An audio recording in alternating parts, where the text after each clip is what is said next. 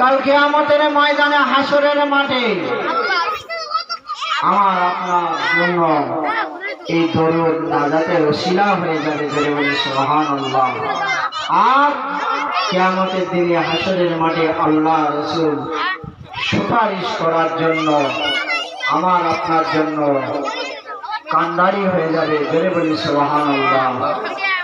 এই দরুদ শরীফ একবার যদি পড়া হয় আল্লাহ রহমতের 10টা ফেরেশতা তৈরি করে থাকে, জোরে বলি সুবহানাল্লাহ। এই 10টা ফেরেশতা রহমতের ফেরেশতা তৈরি হবে।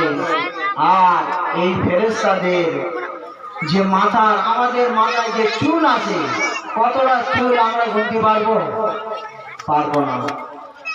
সেই ফেরেশতার মাথায় যতটা চুল তৈরি হবে ততটা নেকি তার আমলনামায় লেখা হবে, জোরে বলি সুবহানাল্লাহ। তাহলে দরুদ পড়া আমাদের কি বেকার হয়ে যাবে? কোনদিনের জন্য বেকার হবে না। দরুদ শরীফের বহু ফজিলত, তাই এই দরুদ শরীফ আমাদের প্রত্যেকের পড়া দরকার। বেশি বেশি করে তাওবা শরীফ, দরুদ শরীফ পড়তে হবে। তওবার দরজা কখন বন্ধ হয়ে যাবে কেউ বলতে পারবো না। যদি বলি ভাই নামাজ পড়, তাহলে এখনো সময় হয়নি। আসার সিরিয়াল আছে, যাওয়ার কোনো সিরিয়াল নেই বাবা। তাই আমরা প্রত্যেকে হাতে না ধরে পায়ে ধরে বলি 5 ওয়াক্ত নামাজ পড়ো। যাই করুন না কেন 5 ওয়াক্ত নামাজ আদায় করুন।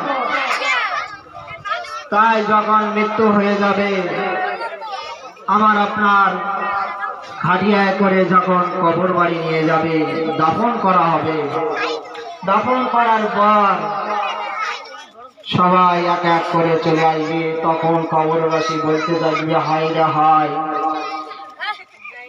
এই দুনিয়ায় যখন পার দিকে আর মাথার দিকে দুজন লাভবে, তখন বলবে হায় রে হায়, এই দুনিয়ায় আমার এই দুজনা ছাড়া আর কেউ নাই। কবরবাসী বলতে থাকবে, হায় রে হায়, এই দুনিয়ায় দুজন ছাড়া আর কেউ নাই। যখন দুজনা উঠে আসবে, আতালি দেওয়া হবে, মাটি চাপানো হবে। মিনহা খলাকনাকুম ওয়া ফিহা নুঈদুকুম ওয়া মিনহা নুখরিজুকুম তারাতান উখরা। 3 মুঠো করে মাটি দিয়ে যখন চলে আসবে, তখন বলবে হায় রে হায়, এ দুনিয়া আমার আর কিছু নাই।